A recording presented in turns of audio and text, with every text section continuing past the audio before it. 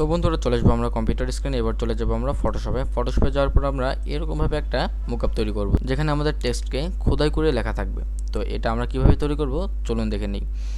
এবার আমরা একটা নতুন পেজ ক্রিয়েট করলাম। এখান থেকে আমরা একটা নিউ লেয়ার নেব এবং এটা আমরা কালার করে দেবো অল্টার ব্যাক স্পেস প্রেস করে।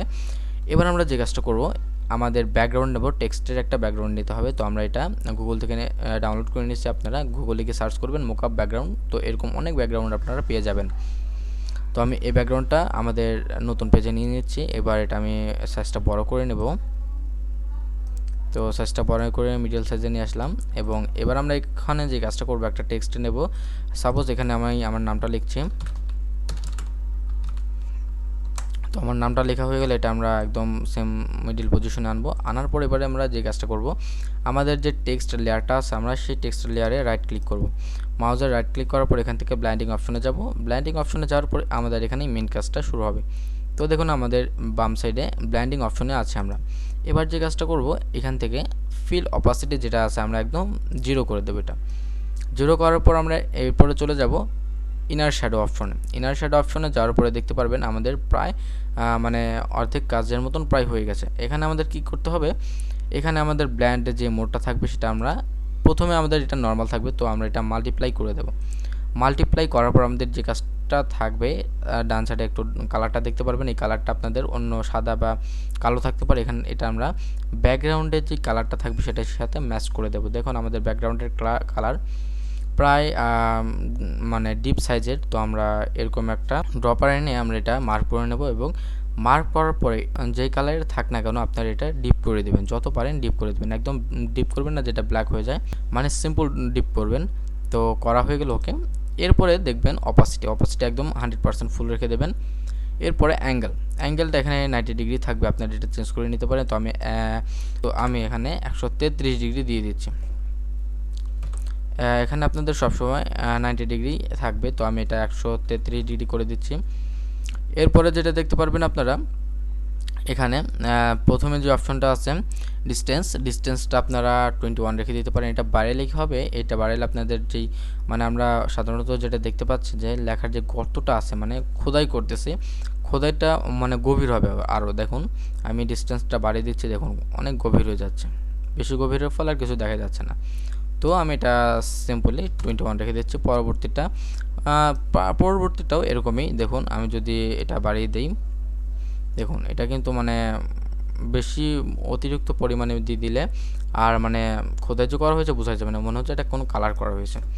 সো আগে যেরকম ছিল 7, আমি এটা অল্প রেখে দেবেন, মানে সবগুলো থেকে অল্প রাখার চেষ্টা করবেন, এটা যেন চারপাশ থেকে একদম এসে একদম আটকে না দেয়। ওই যেই কালারটা আমরা এখানে দিলাম এই কালারটা একদম আটকে দেবে। তো এরপরে রয়েছে সাইজটা আমরা 29 দিয়েছি, তো আপনারা বাড়িয়েও দিতে পারেন। বাড়িয়ে দিলে দেখুন কী হবে, দেখুন আমাদের আগের মতন অপশনে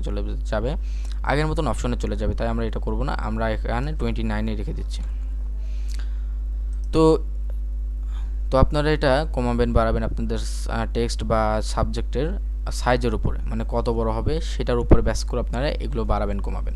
তো আমাদের এই কাজটা হয়ে গেলে আমরা চলে যাব নিচে, একদম নিচে চলে যাব। দেখতে পারবেন ড্রপ শ্যাডো নামে অপশন থাকবে বা লেয়ার থাকবে একটা। তো আমি এখানে প্লাসে ক্লিক করে 3টা বানাইছি, নো প্রবলেম, আপনারা 2টা বানিয়ে নেবেন যদি একটা থাকে।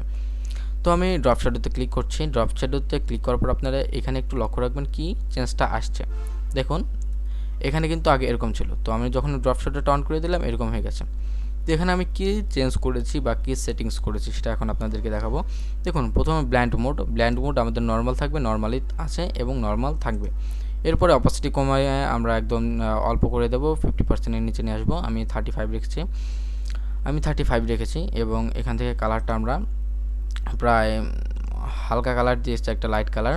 তো আপনার এখানে লাইট কালার, এখানে আপনার হোয়াইট কালার একদম ইউজ করতে পারেন। তো আমি হোয়াইট কালার ইউজ করি না, আমি একদম একটু মানে হালকা ইয়েলোর দিকে গেছি। তো এখান থেকে আমি ওকে করে দিচ্ছি।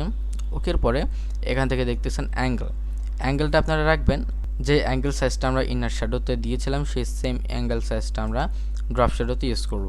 তো আমি এখানে 135 ইউজ করছি, আপনারা 33 সেম টু সেম ইউজ করতে পারেন, নো প্রবলেম।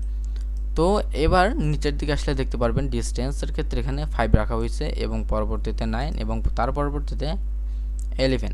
তো এটার কারণ কি? এটার কারণ হলো যেহেতু আমরা এটা কোন শ্যাডো ইউজ করছি না, এটা আমরা শ্যাডোর পরবর্তীতে দেখুন এটা লাইটের মতন একটা রিফ্লেক্ট দিচ্ছে। দেখুন আমি যদি অফ করে দেখুন কোনো ইয়া নাই, মানে রিফ্লেক্ট নাই।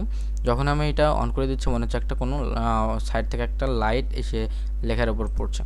তো এর জন্য এটা আমাদের ডিস্টেন্সটা একদম কম রাখা হয়েছে।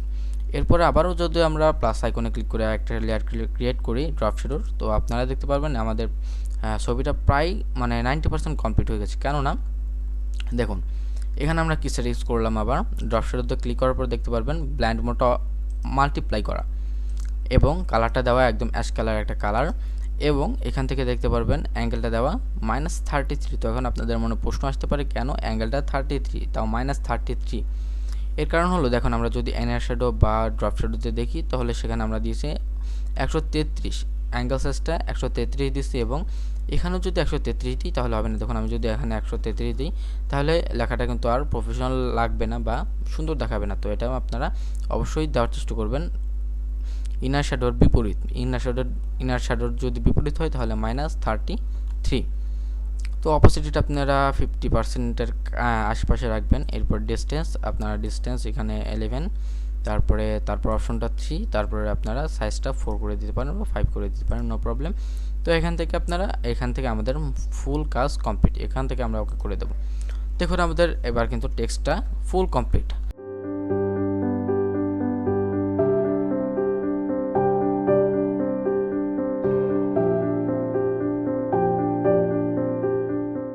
তো এই সেম প্রসেস ইউজ করে আপনারা আপনাদের যে কোনো সাবজেক্টের উপরে এই প্রসেসটা অ্যাপ্লাই করতে পারেন।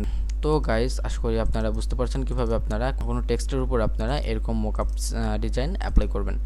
তো ভিডিওটা যদি আপনাদের ভালো লেগে থাকে লাইক কমেন্ট শেয়ার করবেন, এবং এরকম নতুন নতুন ভিডিও পাওয়ার জন্য চ্যানেলটাকে অবশ্যই সাবস্ক্রাইব করে চ্যানেলের পাশে থাকবেন। সবাই সুস্থ থাকবেন, ভালো থাকবেন, আল্লাহ হাফেজ।